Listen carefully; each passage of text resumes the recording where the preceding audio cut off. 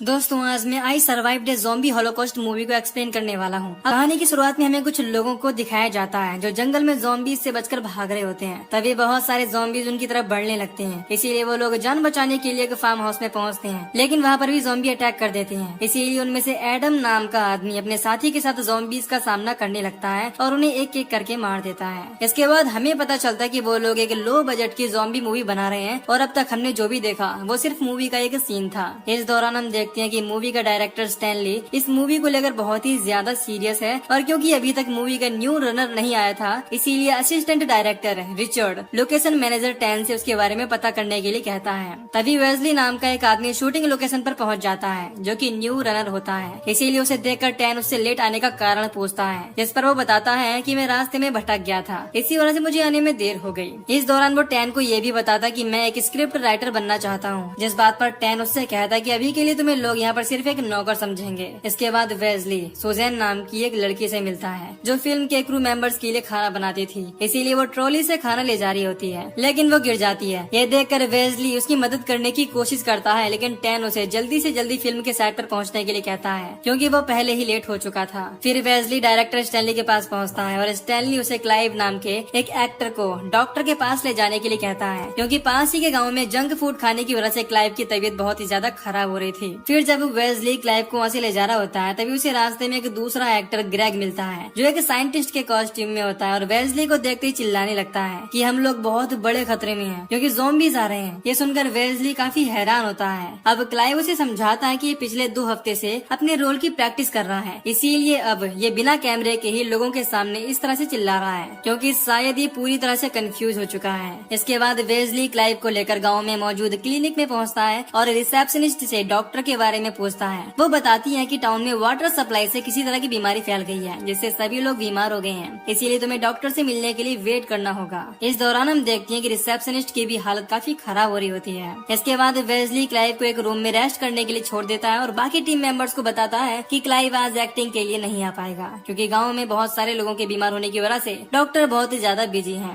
इस दौरान हम देखते हैं कि एक ज़ॉम्बी टाइप इंसान वेस्ली पर अटैक करने वाला होता है, लेकिन वेस्ली उससे पहले ही वहाँ से निकल जाता है। इसके बाद हम देखते हैं कि क्लिनिक में मौजूद रिसेप्शनिस्ट पर भी एक ज़ॉम्बी अटैक करके बहुत ही बुरी तरह से मार देता है। खैर, इधर वेस्ली जब वापस शूटिंग लोकेशन पर पहुंचता है तो उसे किसी के चीखने की आवाज सुनाई देती है, इसीलिए वो भागते हुए आवाज को फॉलो करते हुए उस जगह पर पहुंचता है। वहाँ पर कोई और नहीं बल्कि मूवी का स्क्रिप्ट राइटर होता है, जो मूवी की एंडिंग के डायलॉग्स दोहरा रहा था। इस दौरान वेस्ली स्क्रिप्ट राइटर को बताता है कि मैंने भी एक मूवी की स्क्रिप्ट लिखी है, और ये जानकर वो स्क्रिप्ट राइटर काफी खुश होता है और कहता है कि तुम एक अच्छे राइटर बन सकते हो, बस ये ध्यान रखना कि हमें अपने आसपास से ही मूवीज की इंस्पिरेशन मिलती है। तभी सुजैन वेस्ली को खाने के लिए बुलाती है, लेकिन वो सुजैन से काफी अट्रैक्ट हो गया था, इसीलिए उसे काफी अजीब तरीके से देख रहा था। इससे सुजैन काफी हैरान होती है। नेक्स्ट सीन में वेस्ली मूवी के डायरेक्टर स्टैनली को अपनी स्क्रिप्ट पढ़ने के लिए फोर्स करता है, इसीलिए मजबूरन वो उसकी स्क्रिप्ट ले लेता है और उसे टॉयलेट पेपर की तरह यूज करता है। फिर जब मूवी की शूटिंग शुरू होती है, तभी वहाँ पर वेस्ली पहुँच जाता है, जिसके दरवाजा खोलने की आवाज से मूवी का वो सीन पूरी तरह से खराब हो जाता है, जिससे स्टैनली दोबारा से वो सीन शूट करने के लिए कहता है। उसी समय लीड एक्टर एडम मूवी की लीड एक्ट्रेस जेसिका से शूटिंग के बाद अकेले मिलने के लिए कहता है, लेकिन वो इस चीज के लिए साफ इनकार कर देती है और गुस्से में वहाँ से चली जाती है। इससे एडम भी चिढ़ जाता है और वहाँ से चला जाता है, लेकिन डायरेक्टर किसी भी हालत में मूवी का सीन शूट करना चाहता था,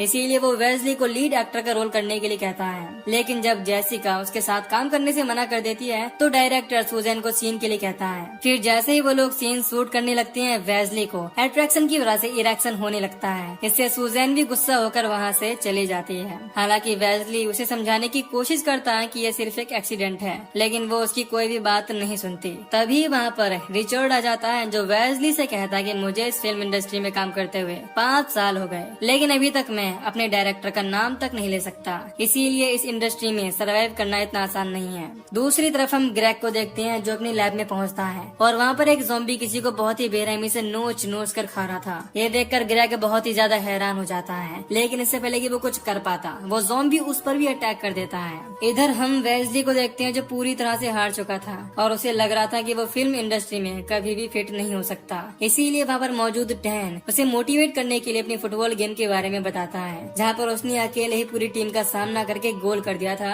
और साथ ही साथ ये भी समझाता है कि हर इंसान का सक्सेस से पहले मजाक उड़ाया जाता है, लेकिन इससे तुम्हें हार नहीं माननी चाहिए। फिर डायरेक्टर मूवी का सीन शूट करने की कोशिश करता है और वहाँ पर घायल ग्रेग भी पहुँच जाता है, जो डायरेक्टर को बताने की कोशिश करता है कि ज़ॉम्बीज़ आ रहे हैं, लेकिन सभी लोगों को लगता है कि ग्रेग सिर्फ अपनी एक्टिंग की प्रैक्टिस कर रहा है, इसीलिए कोई भी उसकी बात को सीरियसली नहीं लेता। तभी जेसिका डायरेक्टर के पास पहुंचती है और उसे टॉयलेट के लिए अपने साथ किसी को भेजने के लिए कहती है। इस पर डायरेक्टर इस चीज से बहुत ज्यादा गुस्सा हो जाता है और कहता है कि तुम सिर्फ अपनी बॉडी की वजह से फेमस हो, जो कि कुछ सालों में ही खराब हो जाएगी, इसीलिए तुम्हें खुद पर इतना घमंड नहीं करना चाहिए। इसके बाद वेस्ली जेसिका को टॉयलेट ले आता है, लेकिन वहाँ पर जेसिका को ज़ॉम्बी का एक हाथ दिखाई देता है, जिससे वो बहुत ही ज्यादा डर जाती है और वहाँ से भाग जाती है। इसीलिए डायरेक्टर वेस्ली से एक गड्ढा करवाता है, जिससे वहाँ पर जेसिका फ्रेश हो सके। लेकिन जैसे ही जेसिका वहाँ पर फ्रेश होने लगती है, उसे चारों तरफ से ज़ॉम्बीज घेर लेते हैं। फिर जब वेस्ली जेसिका को लेने के लिए वहाँ पर पहुँचता है तो उसे वहाँ कोई भी दिखाई नहीं देता। इससे वेस्ली काफी घबरा जाता है और डायरेक्टर को इस बारे में बताता है। ये सुनकर डायरेक्टर बहुत ही ज्यादा गुस्सा हो जाता है। तभी उन्हें जेसिका दिखाई देती है, जो कि ज़ॉम्बी में बदल चुकी थी।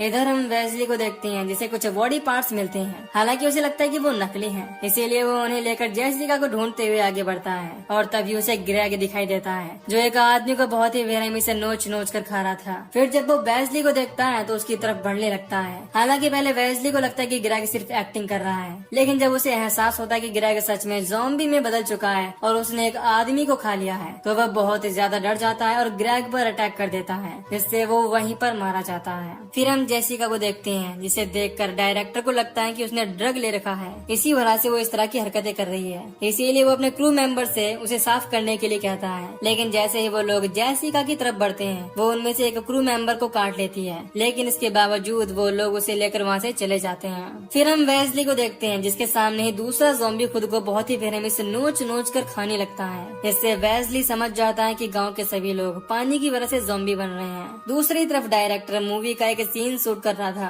तभी वहाँ पर गाँव के ऐसी ज़ॉम्बीज पहुँच जाते हैं जो एक्टिंग कर रहे ज़ॉम्बीज पर अटैक करके उन्हें नोच नोच कर खाने लगते हैं। फिर हम एडम को देखते हैं, जो वैनिटी वैन में पहुँचता है और वहाँ पर उसे जेसिका मिलती है, जो कि पूरी तरह से ज़ॉम्बी में बदल चुकी थी, लेकिन एडम को लगता है कि जेसिका उसे पसंद करती है, इसीलिए वो उसके पास आई है, इसीलिए वो बहुत खुश हो जाता है। इधर वेस्ली जब शूटिंग लोकेशन में पहुँचता है तो देखता है कि ज़ॉम्बीज लोगों पर अटैक करके उन्हें बहुत ही बेरहमी से खा रही हैं, इसीलिए वो सुजैन को बचाने के लिए किचन में पहुँचता है और वहाँ पर मौजूद ज़ॉम्बीज को मार देता है। इस दौरान सुजैन काफी हैरान होती है और कहती है कि तुम यहाँ पर वापस क्यों आए। इस पर वो बताता है कि मैं यहाँ पर तुम्हें बचाने के लिए आया हूँ, क्योंकि मैं तुम्हें पसंद करता हूँ। फिर जब वो दोनों बाहर निकलते हैं, तभी मूवी का प्रॉप मास्टर यानी कि हथियारों का अरेंजमेंट करने वाला रैंडी बहुत सारे एक्टर्स को ज़ॉम्बी समझकर मार देता है, लेकिन इस दौरान वो सुजैन और वेस्ली को बचा लेता है। फिर उनके साथ मौजूद टैन वैन के ड्राइवर फ्रैंकी को कॉल करता है और उसे पता चलता है कि फ्रैंकी भी मारा जा चुका है, इसीलिए रैंडी उन ज़ॉम्बीज का सामना करने का फैसला करता है और गन लेकर बाहर आ जाता है, लेकिन वो गन संभाल नहीं पाता